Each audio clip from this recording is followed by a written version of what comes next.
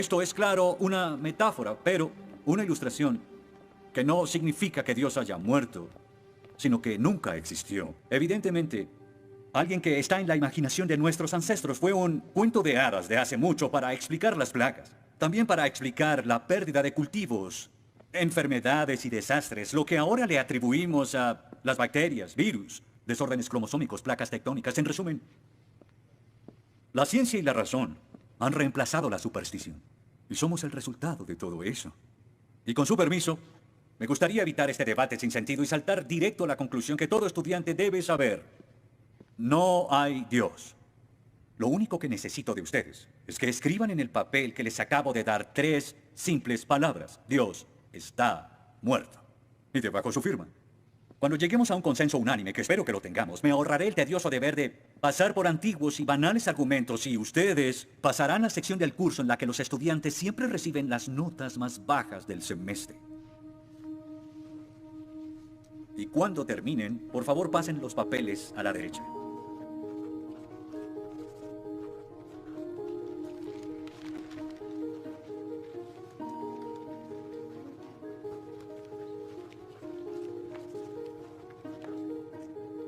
Gracias.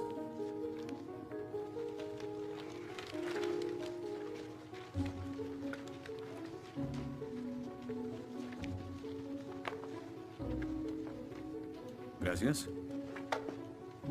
Oh, una D minúscula. Esto debería tener crédito extra. Gracias. Disculpe, señor Wheaton. Josh Wheaton. Señor Wheaton, ¿le pasa algo? No puedo hacer esto. No puedo hacer lo que pide, soy cristiano. No, no se preocupe. Aún puede regresar a su dormitorio, arrodillarse y orar al lado de su cama si quiere. Lo que haga con su vida es su problema, pero lo que haga aquí en la clase es el mío. Yo no puedo. Muy bien, señor Wheaton. Déjeme explicarle la alternativa. Si no puede admitir que Dios está muerto para el propósito de esta clase, entonces tendrá que defender la antítesis de que Dios no está muerto y será enfrente de la clase, en el atril. Y si falla, que de hecho lo hará, perderá esta sección que equivale al 30% de la nota final de este curso. ¿Lo acepta? ¿Quién decide si gano o pierdo la discusión? Pues yo lo haré. Es mi clase. Yo dirijo. La evaluación es mi privilegio. Con todo respeto, pero no creo que sea objetivo. ¿Y qué es lo que propone? Bien. ¿Y qué tal ellos? Bien, es interesante, pero ¿por qué darles el poder a ellos? Ya los convenció. Lo que debo hacer es desconvencerlos, para que admitan su error.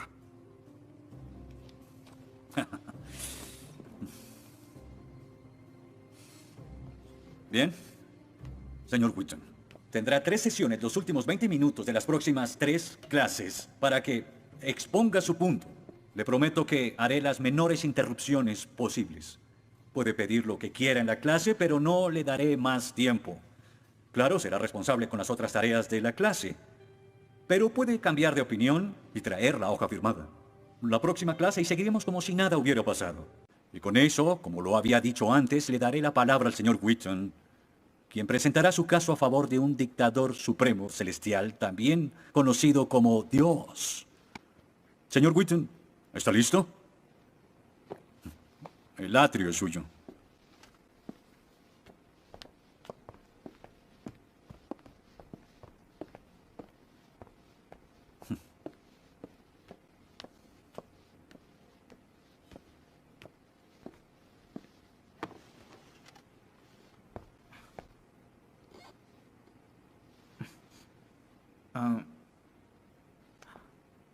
Los ateos dicen que nadie puede probar la existencia de Dios, y tienen razón.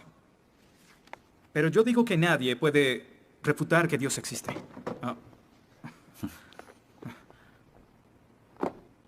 Pero la única forma de debatir este asunto es observando la evidencia disponible. Y es lo que vamos a hacer. Pondremos a Dios en un juicio, con el profesor Radisson como fiscal y yo como el abogado defensor, y ustedes como el jurado. La mayoría de cosmólogos están de acuerdo con que el universo empezó hace 13.7 billones de años en un evento conocido como la Gran Explosión.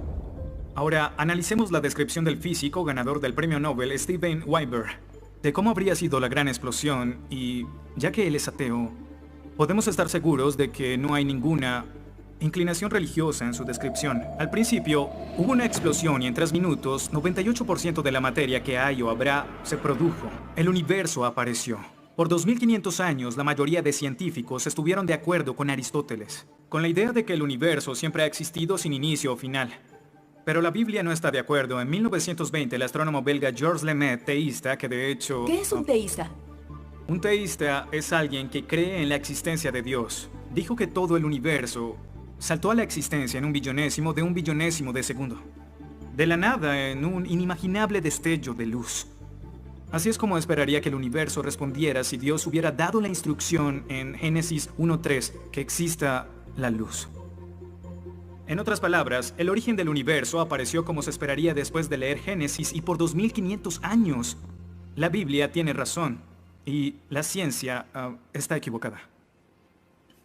Todo apunta a un Dios que lo creó, verán.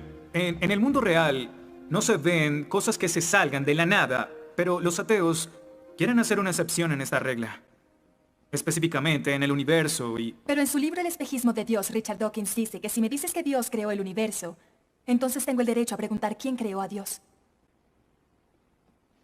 La pregunta de Dawkins solo tiene sentido en términos de un Dios que ha sido creado. No tiene sentido en términos de un Dios no creado. ¿Qué es la clase de Dios en el que creen? Incluso dejando a Dios fuera de la ecuación, tengo el derecho de devolverle la pregunta al señor Dawkins y decir, si el universo te creó, ¿quién creó el universo?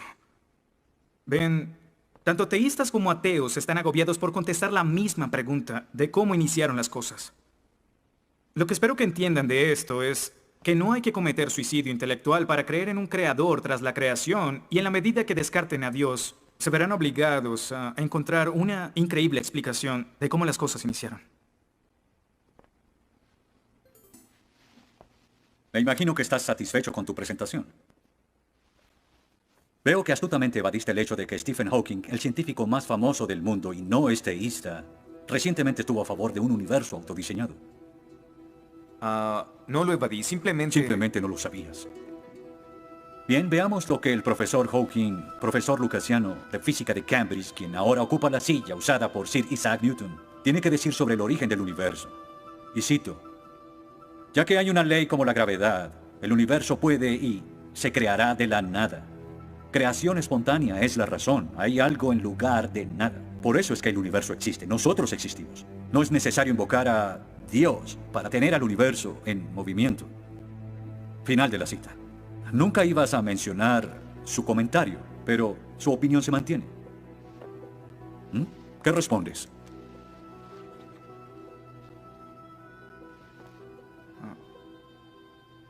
No sé. ¿No sabes? Pinché el globo de todo tu argumento con un solo alfiler y... ¿Tú no lo sabes? Oh. Señor, me gustaría decirle que tengo la respuesta perfecta, pero no quebranta mi fe. Oh, ok. Así que el más grande cerebro científico de toda la historia dice que Dios no es necesario, pero un estudiante de primer semestre dice, oh, sí lo es. Wow, ¿sabes? Va a ser una decisión muy difícil. Pues estaré pendiente la próxima semana. Se acabó la clase. Gracias a una ley como la gravedad, el universo puede y se creará de la nada. Y para ser honesto, no sabía cómo refutarlo. Después de todo, es cierto que Hawking es un genio. Pero el profesor John Lennox, quien enseña matemáticas y filosofía, ha demostrado que no hay ni uno, ni dos, sino 3 errores de lógica en esa simple frase y se reduce a un razonamiento circular. Hawking básicamente está diciendo que el universo existe porque necesitaba existir, y como el universo necesitaba existir, se creó a sí mismo. Es como si les dijera que la carne enlatada es la mejor que haya existido porque en toda la historia no hay comida que sea mejor. Quizá me vean extraño y les digo que nunca he probado nada más. Y tienen razón, lo estoy ratificando. Pero cuando Hawking afirma que el universo se creó a sí mismo porque así debía ser, y luego dice que tiene una explicación de cómo y por qué fue creado, no reconocemos que está haciendo lo mismo. Pero así es. Continuando con Lennox, sandeces se quedan en sandeces, aunque sean dichas por un famoso científico. Y el público asuma que son declaraciones de la Este es ciencia. el tope de la arrogancia. ¿Me estás diciendo que tú, un estudiante, afirma que Stephen Hawking está mal? ¿No?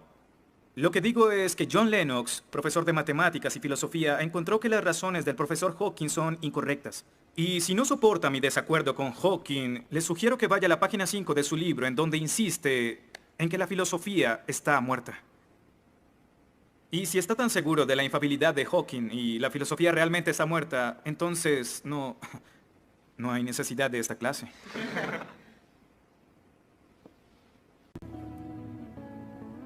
Damas y caballeros del jurado, desde hace 150 años los darwinistas han dicho que Dios es innecesario para explicar la existencia del hombre y que la evolución reemplaza a Dios. Pero la evolución solo nos dice lo que sucede una vez que se tiene vida. Así que ¿de dónde viene ese algo que tiene vida? Darwin nunca lo dijo, quizás supuso que un rayo cayó en una piscina con los químicos correctos. Lotería, un ser vivo. Pero no es tan simple. Verán, Darwin afirma que el ancestro de todas las cosas vivientes vino de una sola cosa. Un organismo simple que se reprodujo y se modificó con el tiempo en una forma de vida más compleja. Por eso es que después de contemplar su propia teoría, Darwin pronunció su famosa declaración: Natura non fucking saltum, lo que significa la naturaleza no salta. Y como el famoso autor Lee Strobel dijo, si puedes imaginar los 3.8 billones de años que los científicos dicen que la vida ha estado entre nosotros en un día de 24 horas, en el espacio de 90 segundos, la mayoría de grupos de animales de repente aparecieron en las formas que actualmente tienen. No como Darwin predijo, sino en términos de evolución, casi instantáneamente. Así que la naturaleza no salta, se convierte en la naturaleza dio un gran salto. ¿Cómo los deístas explican tanta información biológica? Y Dios dijo, que las aguas se llenen de seres vivientes y que vuelen aves sobre la tierra en la expansión de los cielos. Dios creó los monstruos marinos, los diversos seres vivientes que llenan las aguas y todas las especies de aves. Y Dios vio que esto era bueno. Génesis 1:20. En otras palabras, la creación sucedió porque Dios lo dijo. Y lo que parece para nosotros un proceso oscuro sin guía, pudo realmente ser controlado de principio a fin. Se dice que el mal es el arma más potente del ateísmo contra la fe cristiana. Después de todo, la existencia del mal nos lleva a una pregunta. ¿Y si Dios es tan bueno y tan poderoso, por qué permite que el mal exista? La respuesta a esto es muy simple. Libre albedrío. Dios permite que el mal exista por el libre albedrío. Desde el punto de vista cristiano, Dios tolera el mal en este mundo por un tiempo, para que un día todos los que eligieron amarlo estén con Él en el cielo, apartados del mal, pero con el libre albedrío intacto. En otras palabras, la intención de Dios con el mal es destruirlo un día. Oh, qué conveniente. Un día me desharé de todo el mal del mundo, pero hasta ese momento tendrán que lidiar con las guerras, holocaustos, tsunamis, pobreza, hambruna y sida. Que se diviertan. Luego nos enseñará sobre el absolutismo moral. ¿Pero por qué no? El profesor Radisson, quien claramente es ateo, no cree en absolutismo moral, pero en su programa dice que planea hacernos un examen en la última semana. Apuesto a que si consigo una A en el examen haciendo trampa, inmediatamente empezará a sonar como un cristiano, insistiendo que está mal hacerlo. ¿Y qué base tendría él? Si el propósito de mis acciones es lograr el éxito, entonces, ¿por qué no podría hacerlo? Para los cristianos, el punto de la moralidad, lo que constituye lo bueno y lo malo, es una línea directa que nos conduce hacia Dios. Oh, ¿estás diciendo que necesitamos a Dios para ser morales? ¿Que una moral atea no es posible? No, pero sin Dios no hay una razón para ser moral. No habría un estándar para el comportamiento moral. Para los cristianos, mentir, robar, hacer trampa en un examen para lograr una calificación que no merezco está prohibido. Pero si Dios no existiera, según Dostoyevsky, este es el punto. Ahora, si Dios no existe, entonces todo es permitido. Y no solo es permitido, sino sin sentido. Si el profesor Radisson tiene razón, entonces nuestra lucha, nuestro debate, lo que decidamos aquí no tiene sentido. Nuestras vidas, nuestras muertes no serán diferentes a las de un pez dorado. Oh, qué ridiculez. Después de toda tu charla, ¿quieres decir que solo hay una opción? Creer o no creer. Así es. Eso es todo. De eso se trata todo. La diferencia entre su posición y la mía es que usted les quitó su elección. Les exigió que eligieran la casilla marcada con no creo. Sí, porque quiero liberarlos. Porque la religión es como un virus mental que los padres han heredado a sus hijos. Y el cristianismo es el peor de todos. Lentamente se mete en tu vida cuando estás débil, enfermo o indefenso. ¿La religión es una enfermedad? Sí. Sí, infecta todo. Es la enemiga de la razón. ¿Razón? Profesor, usted dejó la razón hace mucho tiempo. Lo que nos está enseñando aquí no es filosofía, ni siquiera es ateísmo. Lo que nos está enseñando aquí es antiteísmo. No es suficiente. Necesita que todos no creamos como usted. ¿Por qué no admites la verdad? ¿Quieres enredarlos en tu primitiva superstición? Lo que quiero es que tomen su propia decisión. Eso es lo que Dios No quiere. sabes cuánto voy a disfrutar reprobándote. Pero ¿a quién realmente quiere reprobar, profesor? ¿A mí? ¿O a Dios?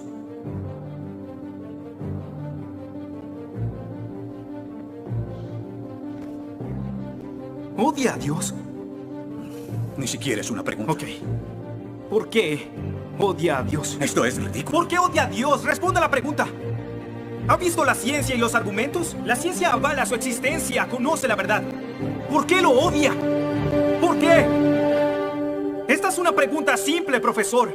¿Por qué odia a Dios? Porque Él me quitó todo lo que era importante para mí. Sí, yo odio a Dios. Todo lo que siento por Él es odio.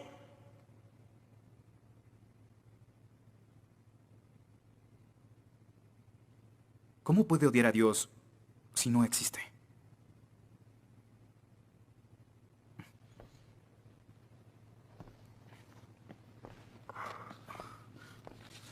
No probaste nada. Quizá no. Ellos deben elegir.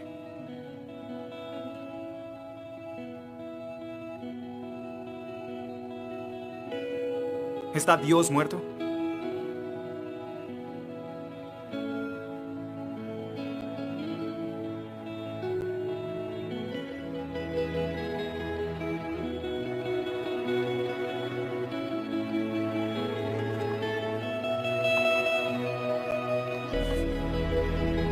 Dios no está muerto. Dios no está muerto. Dios no está muerto. Dios no está muerto. Dios no está muerto. Dios no está muerto. Dios no está muerto. Dios no está muerto. Dios no está muerto.